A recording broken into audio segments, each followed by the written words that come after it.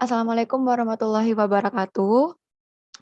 Sebelumnya, perkenalkan kami dari kelompok 7, mata kuliah teori pengambilan keputusan. Di sini, kami terdiri dari Alivia Yufirnanda dengan nomor NIM 070, lalu Muhammad Ramadan dengan nomor NIM 075, lalu Muhammad Yusril Iza Putra dengan nomor NIM 086, Imanda Dwi Murtiandini 097, Putri Iliana Natasha 115. Di sini kami akan membahas mengenai keamanan dalam perdagangan elektronik.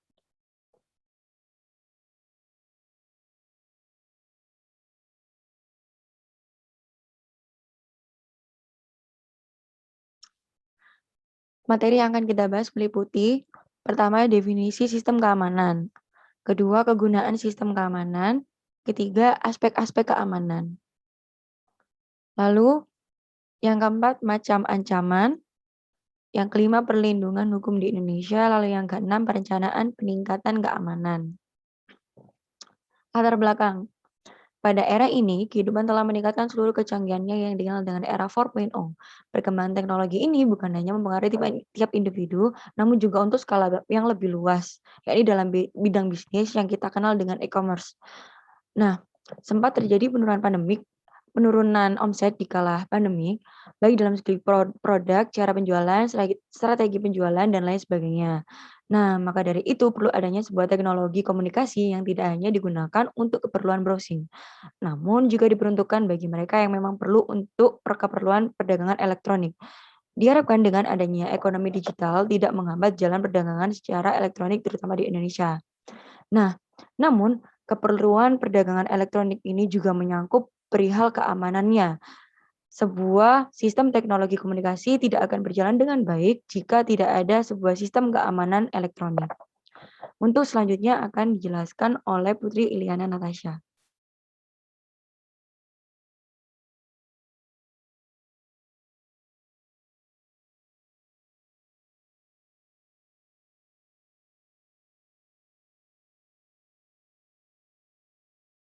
Mbak Eli, silakan untuk dilanjut.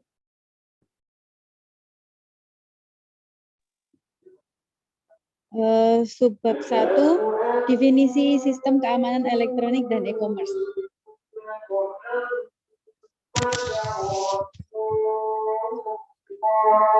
Next. Sistem keamanan atau dalam bahasa Inggris dikenal dengan security system. Security system merupakan sistem yang sedemikian rupa digunakan untuk mengamankan sesuatu yang berharga. Sistem keamanan elektronik atau electronic security system yakni sistem keamanan yang terpadu secara elektronik dengan memanfaatkan sistem elektronik dan IT guna mendukung dan menjamin keamanan. Definisi dari e-commerce sendiri ialah kegiatan transaksi barang atau jasa yang dilakukan secara jarak jauh atau online, di mana dalam proses sistem pembelajaran e-commerce meliputi pembuatan website untuk produk dan layanan, pemesanan secara online, otomasi akun pelanggan secara aman, atau melalui nomor rekening atau nomor kartu kredit, pembayaran secara online, dan penanganan transaksi pasca pembayaran.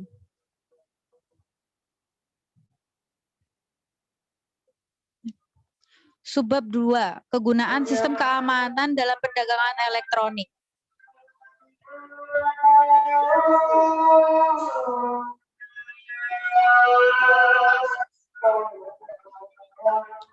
Dalam kegunaan sistem keamanan perdagangan elektronik memiliki beberapa manfaat. Menurut beberapa pernyataan Ono W. Purbo, beberapa manfaat kegunaan sistem keamanan perdagangan elektronik diantaranya yakni meningkatkan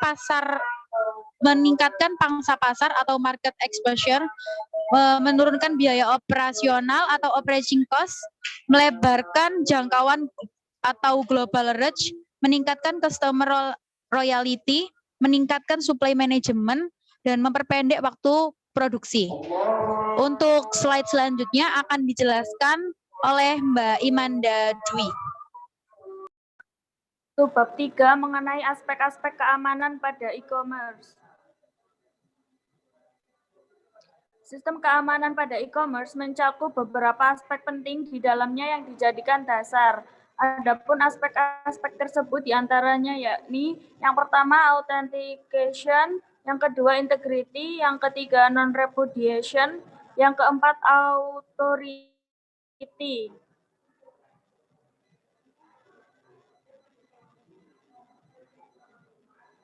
Subbab 4 yakni macam-macam ancaman pada e-commerce.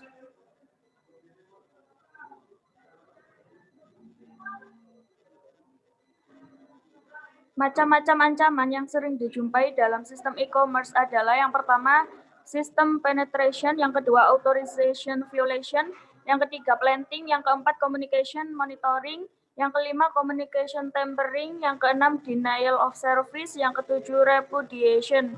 Slide selanjutnya akan dibicarakan oleh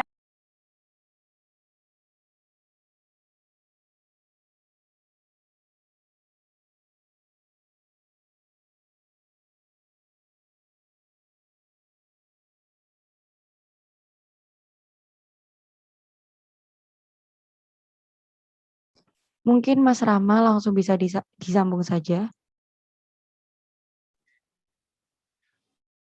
Selanjutnya di nomor 5 ada perencanaan peningkatan keamanan pada e-commerce.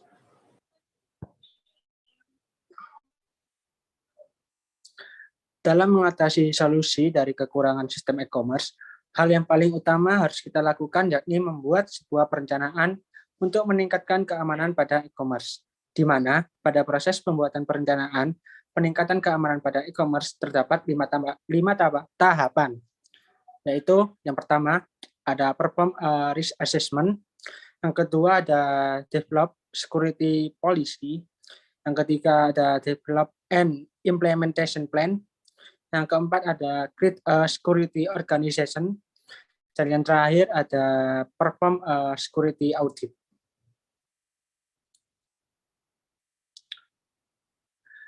Nah, selanjutnya di nomor 6 ada perlindungan hukum di Indonesia terhadap konsumen pada kegiatan e-commerce.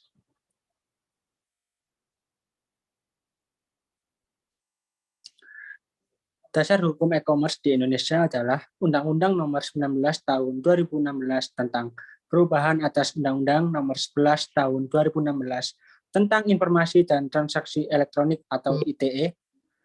UU ITE ini bagi transaksi e-commerce adalah yakni yang pertama, pengakuan transaksi informasi, dokumen, dan tanda tangan elektronik dalam kerangka hukum, peringkatan, dan hukum pembuktian, sehingga kepastian hukum transaksi elektronik terjamin. Dan yang kedua ada klasifikasinya, tindakan-tindakan yang termasuk kualifikasi pelanggaran hukum terkait penyalahgunaan teknologi informasi, disertai dengan sanksi pidananya. Perjanjian yang dipakai dalam aktivitas e-commerce juga pada dasarnya sama dengan perjanjian yang dilakukan dalam transaksi konvensional. Akan tetapi, perjanjian yang dipakai dalam e-commerce merupakan perjanjian yang dibuat secara elektronik atau melalui sistem elektronik pada pasal 1 angka 17 UU ITE.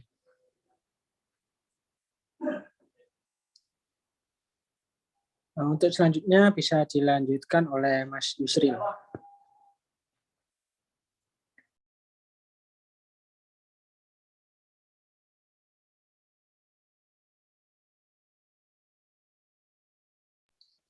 Dalam pasal 16 Undang-Undang Perlindungan Konsumen dikatakan bahwa pelaku usaha dalam menawarkan barang atau jasa melalui pesanan dilarang untuk yang pertama, tidak menepati pesanan atau kesepakatan waktu penyelesaian sesuai dengan yang dijanjikan.